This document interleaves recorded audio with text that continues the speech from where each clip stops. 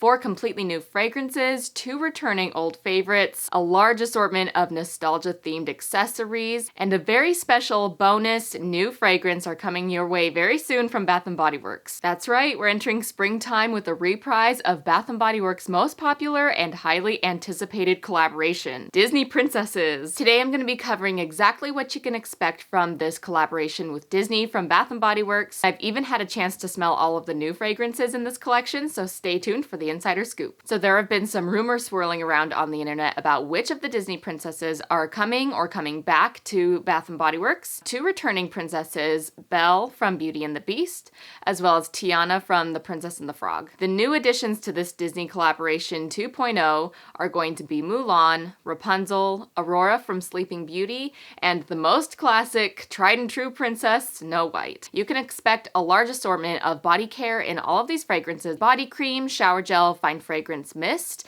as well as travel size fine fragrance mists, candles, hand soaps, pocket backs, and my personal favorite, the shimmer mists. There's also going to be wallflower fragrance refills, as well as each Disney princess having her own matching wallflower plug. Coin purses are coming back. That was one of the favorite accessories in my store last time we had a Disney princess collaboration, and they sold out very fast. Like I mentioned in the intro, not only is there going to be 6 Disney princess fragrances, but there's going to be an additional fragrance that kind of sums up the entirety of this Disney collaboration, and it is going to be a fragrance called Life Is A Fairytale. When I first heard this fragrance name, I thought it was just going to be maybe a member exclusive just in a candle form, but I found out that it's actually going to be in a full body care line, as well as all of those other forms I mentioned too. So that is a fun bonus that we're getting in this collaboration line that we didn't get last year in the original Disney Princess line. So you're probably wondering what our new princess fragrances smell like. So I'm here to tell you I did get a chance to smell all of them, and also as an employee we received gratis. Special shout out to my coworkers. They actually lent me their gratis spray so that I could be able to review them for you today. Everyone say thank you. Thank you guys. Thank you again for lending your gratis to me. I'll make sure to get those back to you immediately. So let's just jump right in with the original Disney princess, Snow White. I think this is probably the most highly anticipated of the fragrances, just because during the original line of Disney princesses, everyone was shocked that she didn't get her own fragrance. So finally her time has come, and I am loving the packaging even more for this collaboration than the original Disney princess line.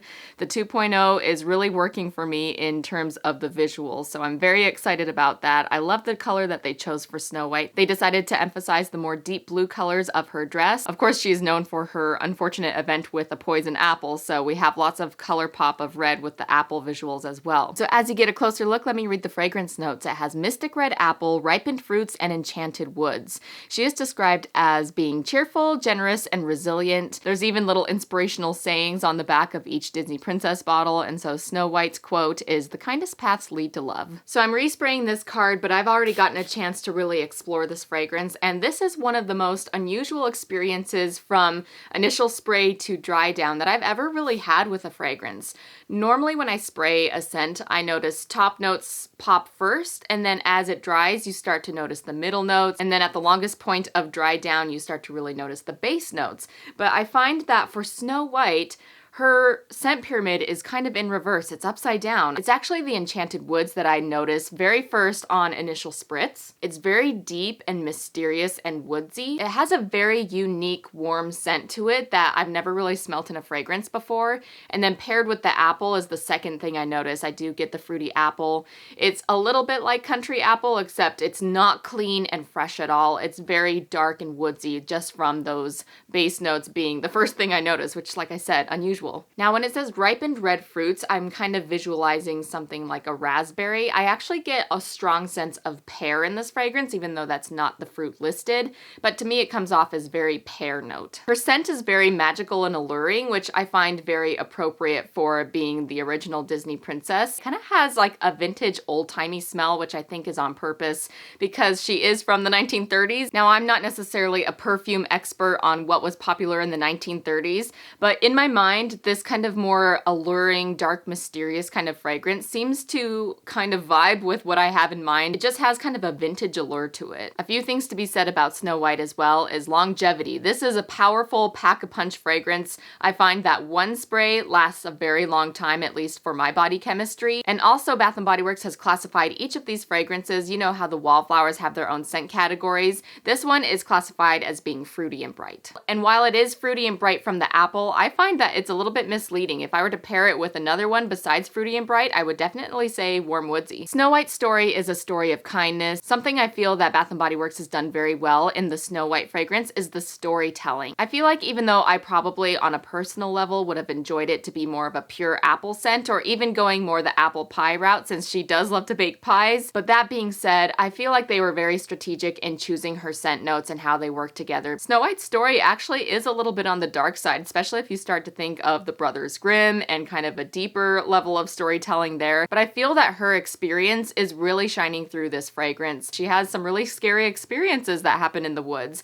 I feel like having this more dark, mystical, woodsy scent really makes sense for her. And even though she's poisoned with something pure like an apple, the scent of that apple reminds me of her kindness towards her critter friends and the fact that she was able to turn those 7 dwarves around. Now I want to give you an idea of what this smells like based on a fragrance that already exists from Bath & Body Works, so that way you can kind of have a ballpark of what these all smell like. It's kind of weird that I'm saying this, but I feel like Snow White, out of all of the fragrances I've smelt from Bath & Body Works, smells most like the Evil Queen. Moving down the timeline, the next princess we need to talk about is Princess Aurora from Sleeping Beauty. Her descriptor words are graceful, kind, and thoughtful, and her quote says, "Dreams wait beyond the gates." I love the imagery and the color scheming that they used for Aurora, and something about this Disney princess collaboration that I feel like was lacking in the original was the individuality behind each bottle. They had a little bit too much of a uniform look, and they didn't really scream uniqueness within each bottle, but I feel like while these ones still match each other, they still have pops of uniqueness, and it makes them a little bit more visually stimulating, and so I really appreciate that. But Aurora's is so cute, and the use of the little light blue bows is a perfect nod to how her dress is changing back and forth from pink to blue when she's dancing. So fragrance notes for Princess Aurora are soft rose petals, sandalwood dreams, and sparkling fairy dust. Today I have it in the PocketBac hand sanitizer, and something that's really fun about these PocketBacs is I love the pops of colors in the caps. And right on initial application, I sense very strongly notes of rose. Something I've learned about myself personally is that if a fragrance has roses in it, I'm going to detect it very strongly. There's something about my nose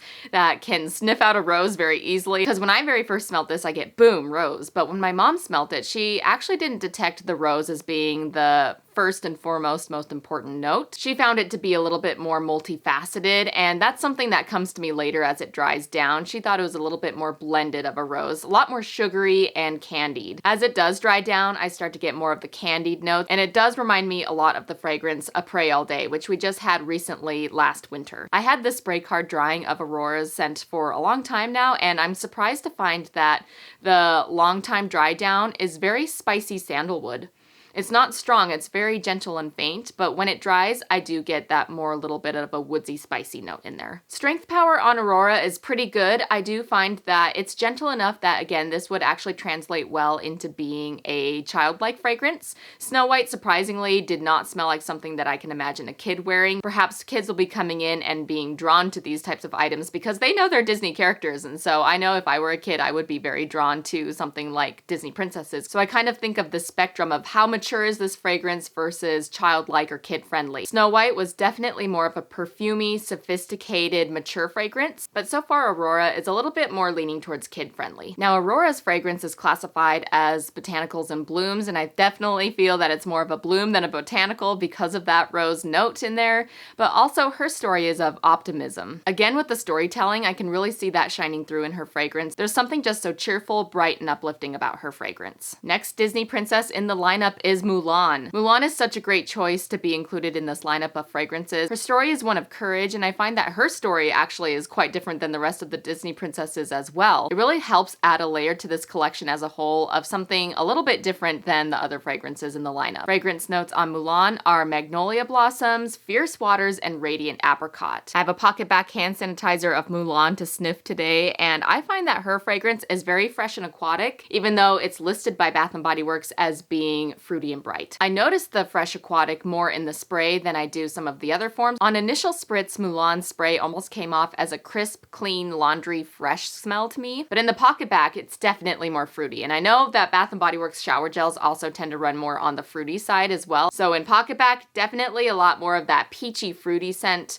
but in the spray, it's a little bit more zippy and clean. Mulan is determined, loyal, and clever, and I feel that her fragrances as well. It was such a clever blending of something as bold as like an oceanic aquatic water scent with a fruity note as delicate as an apricot. I feel that it's a really good balance between the two, and as it dries down, it becomes more of a creamy, almost mango-y kind of apricot. I thought it was going to be a little bit similar to Ariel, perhaps because she was kind of our aquatic princess from the last batch, and they also have similar color scheming, but I'm happy to report that she's quite different than Ariel's scent. I think if I were to compare to another Bath & Body Works scent what Mulan most smells like, it kind of reminds me more of like Water Lily Springs a little bit. Maybe if you were to combine the Water Lily Springs along with an old one called Paradise Cove, I feel like that would be a pretty good representation of how Mulan smells to me. We have one more princess to talk about, and that's Rapunzel, but stay tuned because there is a bonus fragrance as a part of this collection that I'm going to cover as well. It might be a tie between Snow White and Rapunzel in terms of packaging. I just love the color scheming,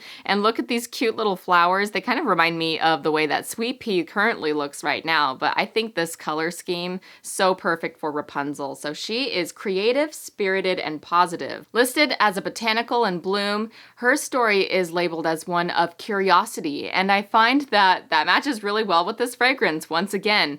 So this is one of the most curious fragrances I've smelled, and that sounds like a bad thing. I actually do enjoy this scent quite a bit. I'm still on the fence with how I feel about it, but it's one of those fragrances, I smell it and I just don't understand what exactly it is I'm smelling. And unfortunately, the fragrance notes don't really help us because they comprise of mainly fantasy notes. So it's listed as having glowing sundrop flower.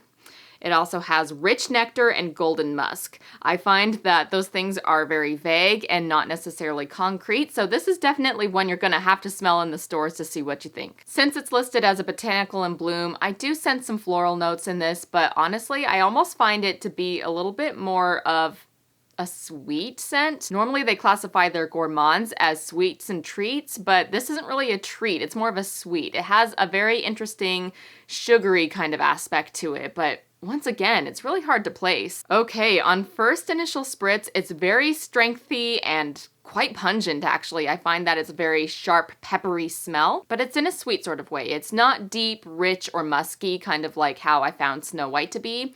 It's definitely more airy, fluffy, feminine. Playful and sweet are probably the best way I can describe it. Since it does say it has nectar in it, that could be something similar to honey or a fruit juice. I find that the floral aspect of this fragrance is a little bit more mild. It's not like a straight up floral scent to my nose. If I were to pinpoint what kind of flower it was, something like a wildflower kind of comes to mind. It has kind of this outdoorsy, adventurous wildflower kind of scent, which I feel like makes sense for her because she is curious about what's behind the door. Oh, and speaking of which, courage opens every door is her quote. I find that her fragrance is the most complicated and multifaceted of the scents, and even though normally I would have thought it to be a little bit leaning towards the childlike side of the spectrum, I find that its complexity actually kind of puts it into the other way. It's a little bit more of a sophisticated wear because it's kind of perfumey and there's just a lot going on. So those are all of the Disney princesses being added to this 2.0 Disney Princess collaboration with Bath & Body Works. Now there is one more bonus fragrance. There is a fragrance that I find to be kind of an embodiment of this entire experience of Disney working together with Bath & Body Works, and they have worked together to create this fragrance called Life Is A Fairytale. This fragrance kind of reminds me there is a scene in Wreck-It Ralph where all of the Disney princesses are hanging out together, and I feel like this is kind of the embodiment of that scene in that movie, just because you can see all of the imagery here of the different Disney princesses. We have Snow White. Down here is the iconic Disney castle. We've got a magic carpet from Aladdin over here. There's even the rose inside the glass chamber from Beauty and the Beast. So it really is kind of a full-on embodiment of Disney and Bath & Body Works combined. So this one says, Life's a fairy tale, loyal, brave, and true. So here's the fragrance notes on it. It's charming berries, floral fairy tale, and kingdom woods. Now, when I first read the notes, I was like, Is this just gonna be champagne toast in a Disney bottle? And on initial spritz, that's pretty much how I felt about this scent. But when it dries down, I was pleasantly surprised to see that it transformed into something very different than champagne toast. I tend to pull more of those juicy tart berry notes just like I do in champagne toast, but when it starts to dissipate, I get this really fun,